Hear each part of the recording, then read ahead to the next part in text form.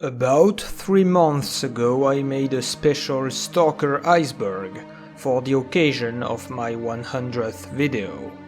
Back then I said that I would explain the elements on the iceberg eventually. Well, the day has come. Hello stalkers and welcome to the anomalous dugout. In this video we will take a look at the first layer of my S.T.A.L.K.E.R. iceberg, the surface. Wolf's Dynamite. After coming back from Lab X18 and the Dark Valley, the player will find out that Wolf left the rookie village, being replaced by another experienced stalker named Fanatic. Fanatic explains that Wolf received a message from a stalker passing by, after which he took his stuff, a box of dynamite, and left.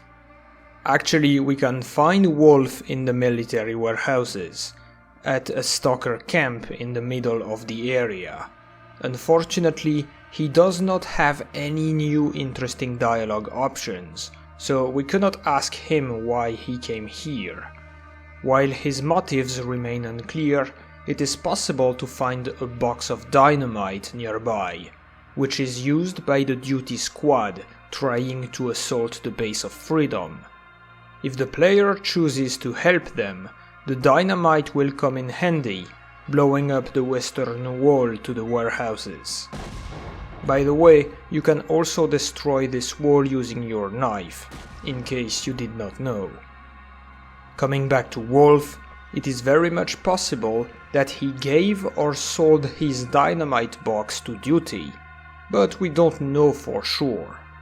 In fact, if you come to the army warehouses before completing the quests in the Dark Valley, and thus before Wolf leaves the rookie village, the dynamite box will still already be there.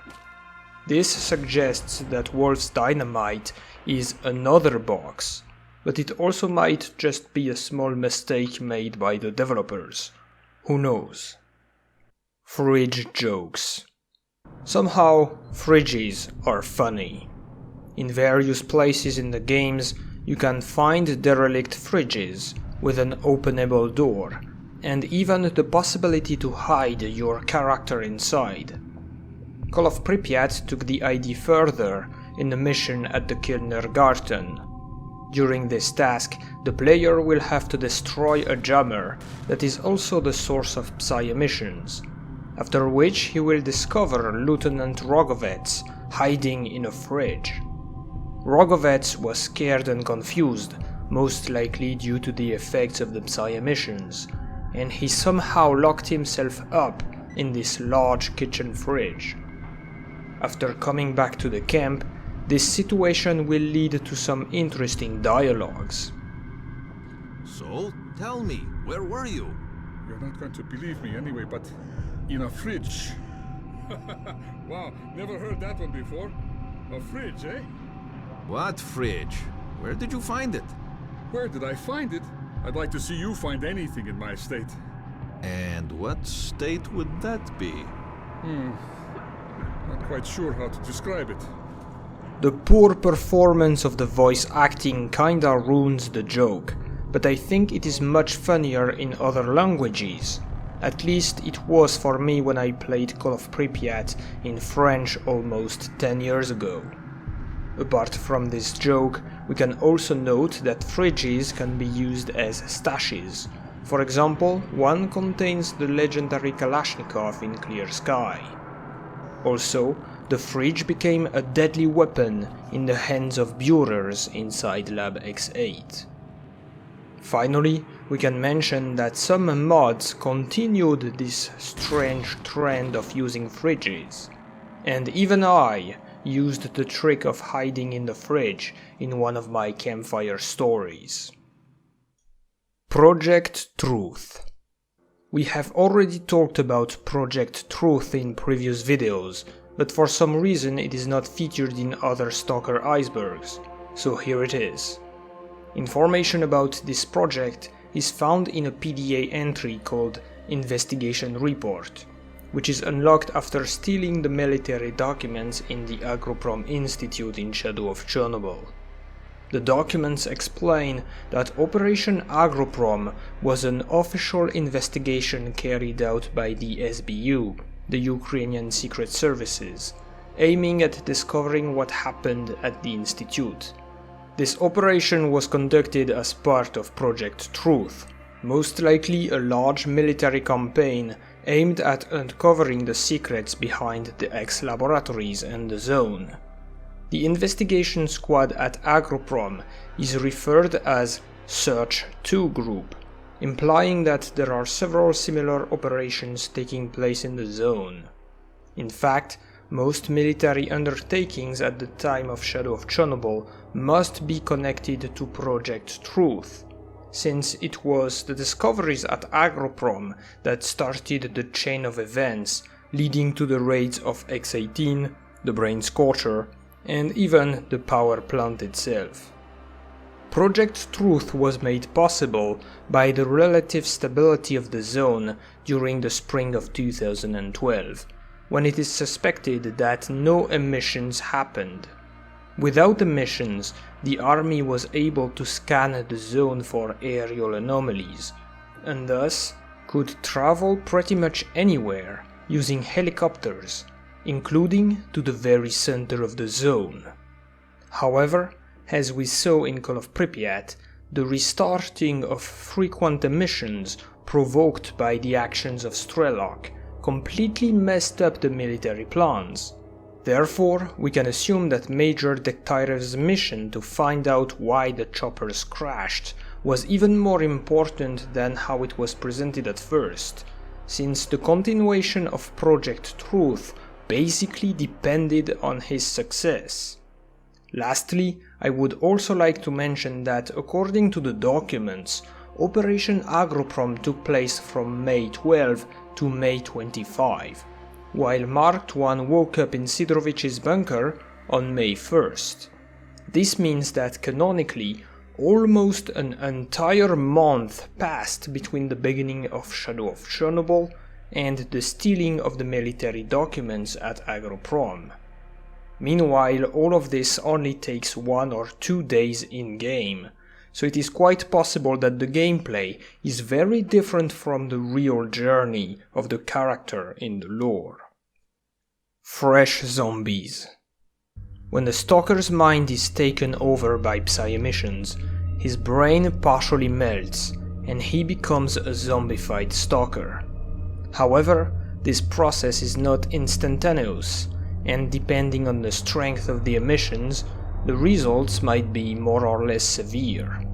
A fresh zombie is a person who became a zombie very recently or who was only partially zombified, thus keeping some of its more humane features.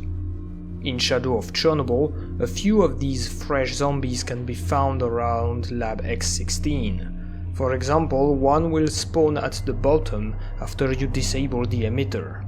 The only difference we can see from other zombified stalkers is that the fresh specimen still moves like a normal human, but it does make zombie sounds and does have a zombie face. Another more well-known case of fresh zombie is the insane stalker from the Freedom faction at the military warehouses. I'm insane, I belong in an asylum! Although we don't know for sure how he ended up in this condition. We can also mention the half-zombified monolith soldiers that can be seen near the Brain Scorcher. These are not really the same as fresh zombies, but the appearance of their faces clearly reminds of zombified stalkers. Moving on to Clear Sky, something very strange will happen after the cooling system in Yantar is restarted. During the mission with Lefty, the squad is attacked by many zombies coming from all directions. If some zombies are still alive after the operation succeeds, the drop in the psi-emissions level will cause them to change behavior, and they will now move again like a normal human, just like the fresh zombies from Shadow of Chernobyl. I think this is probably some sort of bug, but there is no way to be sure. Finally, there is Topol's team in Call of Pripyat, which is ambushed by a controller. if you do not kill the monster quickly enough, the stalkers will be slowly zombified, turning into fresh zombies. In this case they will become hostile, but still move just like a normal person. Stalker x Half-Life. Most of the first-person shooter games made in the 2000s drew some inspiration from Half-Life, the well-known game franchise made by Valve. Stalker is no exception. The most obvious sign of this is an Easter egg found in the Wild Territory. Inside the tunnel, you can retrieve the dead body of Gordon Freeman, the protagonist of Half-Life. According to the notes from his PDA, Gordon was sent here in the zone after his previous adventures, but it looks like he could not survive. Near his corpse lies one of the unique weapons, the Big Ben, which is said to be a reference to the CEO of Valve, Gabe Newell. Apart from this crossover in plain sight, there are also many more subtle elements that suggest Stalker drew some inspiration from Half-Life. We can identify some common themes, such as secret underground laboratories, a major disaster caused by the experiments, technologically advanced weapons, a struggling military, teleportation, charismatic characters, trains, and much more. The gameplay also shares strong similarities, like different types of damage, including environmental hazards, various enemies, each requiring different tactics to be defeated, mainly separated into two categories, being humans and monsters. All of that combined with changing environments to make for unique encounters.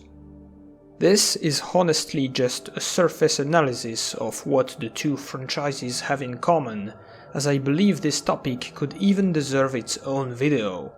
Before moving on though, I would like to show a scene comparison that struck me. What's the meaning of this? Who are you? How did you get in here? Marked one! What the hell? Artifacts in boxes. In Shadow of Chernobyl, some boxes have a chance to drop artifacts when broken. This is perfectly understandable, as stalkers would probably store their artifacts in such boxes. However, the areas in which this mechanic appears can be confusing. Most notably, this can happen in the underground X laboratories. I talked about this in previous videos, but one possibility is that these artifacts were found by the scientists working in the labs after the appearance of the zone, and they stored it here for further research. This would mean that the X labs continued to operate for a bit after the disaster of 2006, and they were actually abandoned later on for other reasons. Honestly, I think this is the case because we know that the development of the batteries for the Gauss rifle, which took place in the labs, did require electro-artifacts. So my assumption is that the birth of the zone did not kill all the scientists. Some of them got out of the labs to explore the zone and they found some artifacts. They used the artifacts for their research, and a few ended up in storage crates. Then, lack of supplies, mutant attacks and other disasters led to most of the labs being abandoned. But we don't know for sure, this is just my own theory. Going back to the artifacts in boxes, there is also another explanation. Some believe that artifacts are formed from normal objects, or matter, which is affected by anomalous environment. For example, old pieces of metal near an anomaly would slowly turn into an artifact. Just like the altered wheel in Zaton, although this one is kind of a unique occurrence. Nevertheless, it is possible that the crates in the X labs used to contain normal equipment, which was transformed into artifacts over time. Lastly, I need to mention one unique box in the sarcophagus, which will always contain a few wonderful artifacts. In my opinion, this is a monolith supply stash, but I could be wrong. Sidorovich's rankings. Did you ever wonder why the PDA features are so different between each game? I guess this has to do with the PDA model and who set it up. In Shadow of Chernobyl, the PDA has much more options than in Clear Sky and Call of Pripyat, including the contact section, the encyclopedia, and the famous rankings. At the beginning of the game, if you accept to be treated like a rookie by Sidorovich, he will give you a quick tutorial about the PDA and its features, revealing that he is actually the one behind the rankings. You can see the top 20 stalkers I know. I refresh this info from time to time to keep up the competitive spirit. Maybe you'll be at the top of this list someday. Who knows? Your own achievements are noted in the stats section. This explains why the rankings are absent in other games, and why they may be inaccurate, since it only shows the stalkers known by Sidorovich. Oh, one more thing. Your PDA model has a wide-frequency radio wave scanner with an inbuilt decoder. Its radius of operation is about 400 meters, so you can even enter sub-military comms. Mine has a working radius of 30 kilometers, so I can always get in touch with you. I'll give you the tasks and the latest news. Initially, I'll give you advice, too. So, is everything clear, or should I repeat? Here, it is also heavily suggested that all the special features on Mark I's PDA have actually been uploaded and set up by Sidorovich himself. Among such amazing features, we have the presence detector for other stalkers' PDAs, as well as a decoder to intercept military communications. Who knew Sidorovich was a computer genius? I'm just kidding, but honestly, I wish we had more information about the PDA network in the zone. Maybe I could do a video about that later on. And that's pretty much it about the first layer. Make sure to tell me your thoughts and theories in the comments below, and stay tuned for the next episode, in which we will review the second layer, the basement. Good hunting, stalkers.